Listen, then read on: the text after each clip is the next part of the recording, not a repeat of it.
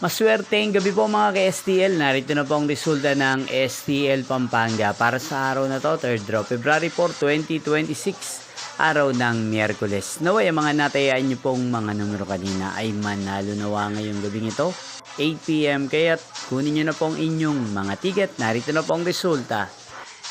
Ang mga numerong nanalo sa STL Pampanga ngayong gabing ito, February 4, 2026, 8 PM, 3rd draw result, 16 at 25 in exact order.